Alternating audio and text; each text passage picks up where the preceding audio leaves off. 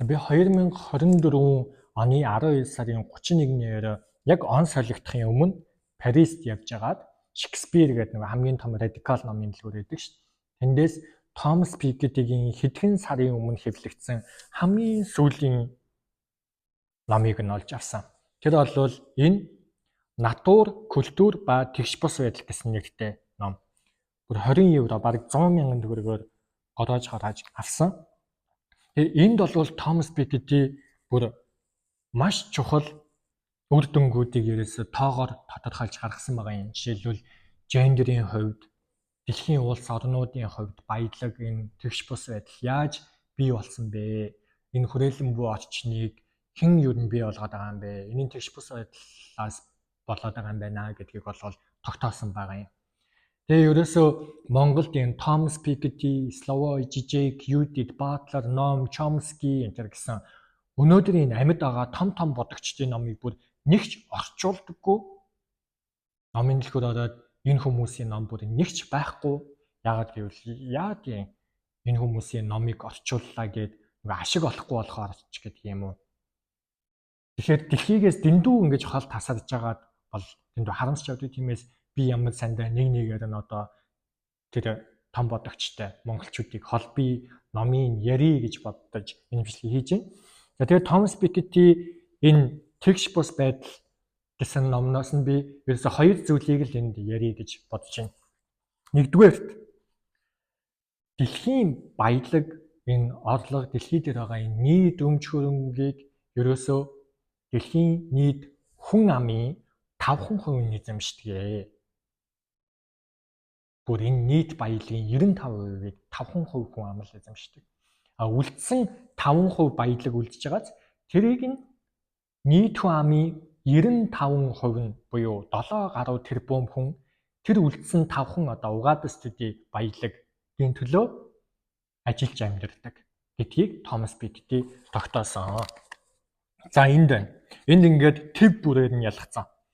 За энэ улаан өндөр графикууд байгааз энэ улаан өндөр графикууд бол дэлхийн тэр ийм их баялагийг эзэмшиж байгаа хүмүүс мөртлөө 10% нь тухайн улсын, тухайн нийгмийн, тухайн твийн 10% хүн нь нийт баялагын бүр 90%-ийг эзэмшиж байна. Энэ ногоон нь бол middle классын 40% хүмүүс. Дундаж давхаргын 40% хүмүүс. За энэ барыг харагдахгүй байгаа энэ нэг хөх байгааз энэ хөх хөнгө нь bottom буюу хамгийн доод буюу одоо энэ дунджаас дооших 50% хүн амын эзэмшиж байгаа баялаг өмч хөрөнгө. За бид тэгээд ийм гарааны тэгш бус байдлаас эхлээд одоо ингээд амжилтын төлөө өрсөлдөх хэрэгтэй болдог. За ингээд энэ ногоон хөх хоёр тийм үү? За энэ ногоон хөх хоёр нийлээд 90%, дундаж ангин 40%, доод ангин 50%, ингээд нийт хүн амын 90% нь нийлээд ийм өчүүхэн баялаг эзэмшдэг бол 10% хүмүүс буюу маш цөөхөн хүмүүс бүх баялагын дийлэнхийг дандаа ингэж эзэмшиж байгааг улаан графикаар харна. За энэ Европ, Хойд Америк, Африк, Латин Америк, Аз, зүүн өмнөд Аз бүгд адилхан. Тэгэхээр капитализм ингэж дэлхийд даяар одоо бүрхэн авчээ гэдгийг Томас Пикети бол ингэж харуулж байгаа юм. За дараагийн нэг чухал зүйл бол одоо хаасаагүй ярьж байна.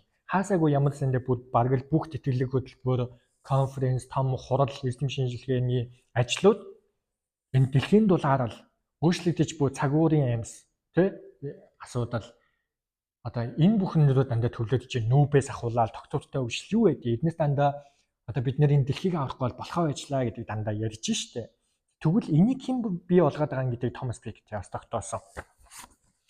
За энэ хөх график бол нөгөө доод давхаргынхан.